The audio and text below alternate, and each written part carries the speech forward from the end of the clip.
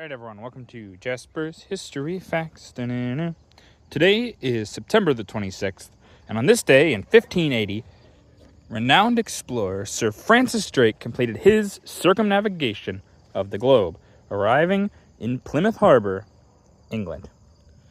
So, for Sir Francis Drake, many of you would know, he's a very famed explorer. Obviously, he circumnavigated the globe. This was actually funded by the Queen. He very much liked the Queen and appreciated her, and she gave him basically the full rights to say, yeah, do this, we're going to fund you, do this. The main reason, this is a little bit different than like Magellan's, which we actually talked about a few days ago.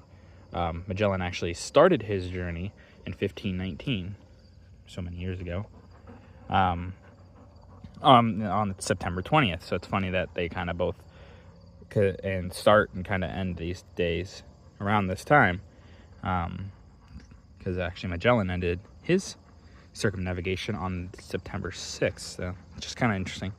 But it took Sir Francis Drake nearly 3 years.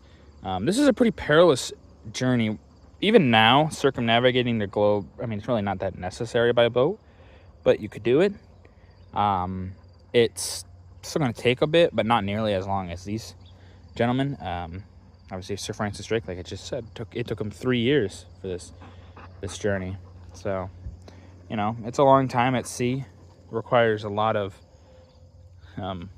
money, resources, and kind of hope. Obviously, Magellan didn't even complete his journey. It ended. His expedition ended without him. So, a little interesting. But Sir Francis Drake, the real reason this is so important, because obviously it's not this first circumnavigation, people had done it, like I said, for Magellan, but it's super important because at this time, the Spanish Empire is kind of weakening, and so, oh, hey, look at this, England completes a circumnavigation. It shows, well, they are a naval power, cementing their naval prowess in the world, and showing England is a powerful nation. Obviously, we don't really think about it because we think of the English, the British Empire, just being what it was. But it had to get there, and how did it have to get there? It really had to, kind of step on the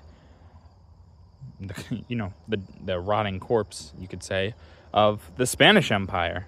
And England really does show why they are as strong as they are. But now you know.